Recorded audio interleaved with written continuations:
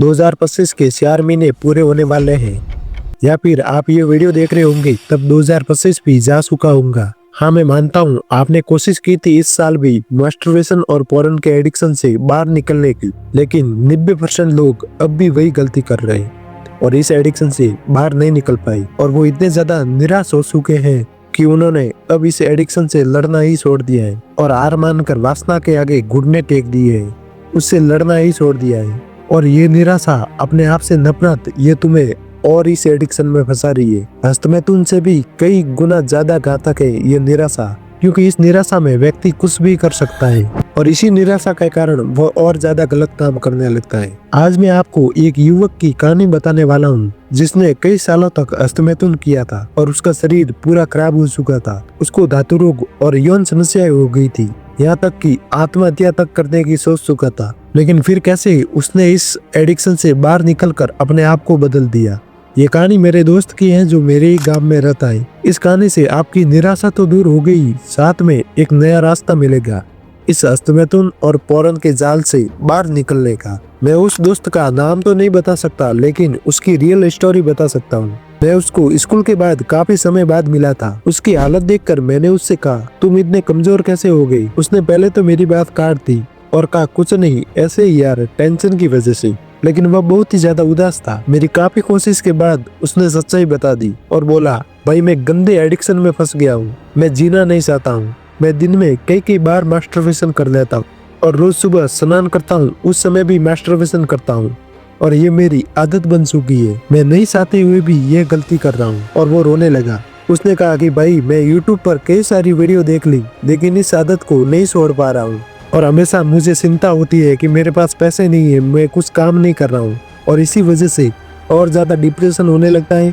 और फिर से मास्टरबेशन करने लगता हूँ और हमेशा ख्याल आता है कि मैं मर जाऊं, आत्महत्या कर लूं। उसने बताया कि मेरे घर वाले मेरे को लेकर बहुत ज्यादा परेशान है। दिन व दिन मैं कमजोर तो हो ही रहा हूँ, साथ में मुझे कोई घर का काम बता दे तो वो भी याद नहीं रहता, और तो और मेरा वीर्य इतना पतला हो चुका है कि पेशाब के समय अपने आप निकल जाता है, चिपचिपा पानी निकलता है। मेरे पास पैसे भी नहीं है कि मैं डॉक्टर के पास जाके दवाई ले सकूं। उसने कहा, भाई मुझे किसी भी तरह इस आदत से बाहर निकलना है, नहीं तो मैं अपने आप को खत्म कर दूंगा। मैंने देखा उसकी इस एडिक्शन से ज्यादा उसकी परेशानी उसकी निराशा और उदासी है, और उसको इस एडिक्शन से बाहर निकलने से पहले उसकी जो निराशा है उसको दूर करना ज्यादा जरूरी है, तभी वो इस आदतों को छोड़ पाएगा। मैंने कहा, देखो भाई, आज से तुम ये भूल जाओ कि मुझे हस्तमैथुन की कोई आदत है या लत है, और ये भी भूल जाओ कि मुझे कोई रोग है, वीर्य निकलने की समस्या है, क्योंकि जब तुम गलत काम करना छोड़ दोगे तो ये वीर्य बहना अपने आप ठीक हो जाएगा, क्योंकि ये कोई रोग नहीं है, सिर्फ ये आपकी आदतों की वजह से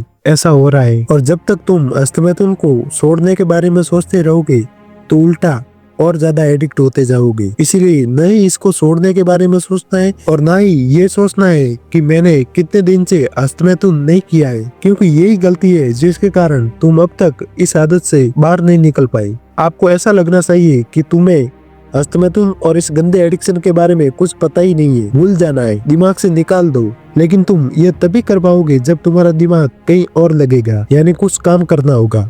उसने कहा, मेहनत का काम तो मुझसे नहीं होगा, लेकिन मैं छोटे बच्चों को पढ़ा सकता हूँ, और इसी कारण उसने प्राइवेट स्कूल ज्वाइन कर लिया और पढ़ाना शुरू कर दिया।